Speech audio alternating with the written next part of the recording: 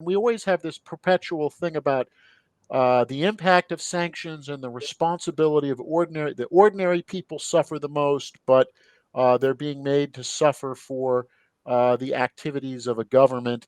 And usually the argument is that the government doesn't reflect them and it's not what they would want to do. And again, e- ethically, that also raises some interesting questions, which is uh, we saw this, for example, this was an argument raised against the sanctions against Serbia and Yugoslavia in the 1990s. Well, the regime isn't touched and it's only the ordinary people that suffer. And we saw this with regard to Iraq, sanctions on Iraq in the 1990s.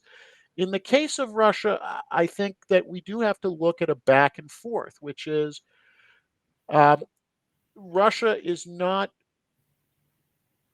a totalitarian dictatorship. It's an authoritarian state with some degree of, at least, if not popular approbation, where the population has essentially conceded in a more apathetic way to let the government do these things. But they're doing them in the name of the Russian people.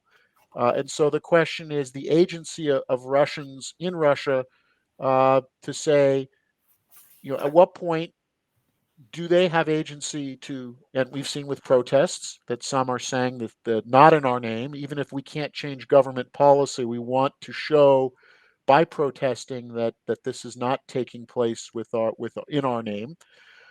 But it is difficult to disaggregate, the impact of sanctions. Can we assure that they only fall on the head of the guilty and that the innocent are spared? Again, sanction. It's hard to differentiate that.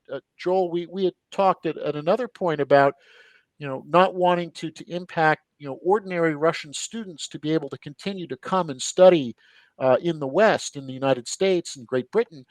Except the problem is that sentiment is mixed with the fact that the children of the Russian elite study in the West. And so unless you could sort of say, are you going to have a sanctions that says if your family makes more than X amount of money a year, you're sanctioned and you can't study in the West. But if you come from a family that is not of the business elite, you're allowed in. I mean, I think this is, again, we grapple with this.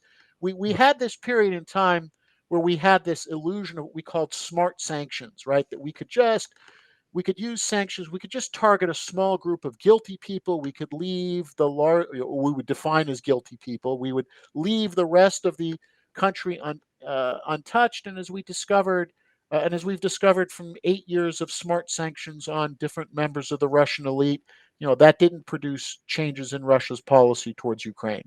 So it is a question of do you inflict? It's a reverse question to the Russian military deciding to inflict general suffering on the civil population of Ukraine because they're bogged down. And the reflection of that are these unprecedented sanctions on Russia going to inflict harm on the general population? And again, is this a means to an end, that you're trying to end a conflict or change international behavior? But again, uh, leaders have to walk these ethical tightropes, and I think sometimes we have to give them a little more credit that they're aware that these tightropes exist, and that they're not always going to get it right. Right. So I know, Nick, you've been somewhat skeptical of the whole idea of compellence, right? The idea that sanctions can actually compel a country to do something. And is that still your position now? I mean, so while they may have some utility, it's unrealistic to expect changed behavior I based on. think that I think we have to be very, very cautious in ascribing what sanctions can do. Part of this, again, Joel, this comes back Yeah. to another ethical. All of these ethical questions interconnect. But for many years, the bargain in the United States has been the American people support American intervention abroad as long as the costs don't fall on them. This is why we've always had this emphasis on no casualties. We don't put boots on the ground. We like drone technology because it seems to give us a way to deliver a punch without putting American lives at risk.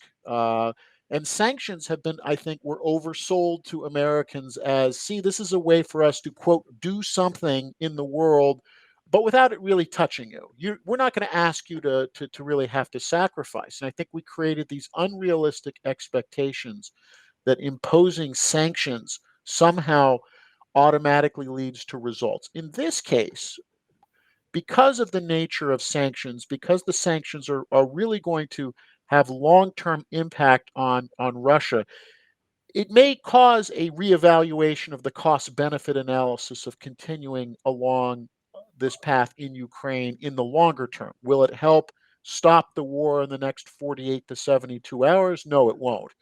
But there is the possibility that the sanctions as they're now being imposed may not compel, but they may cause a reevaluation that would Mhm. lead to a different outcome.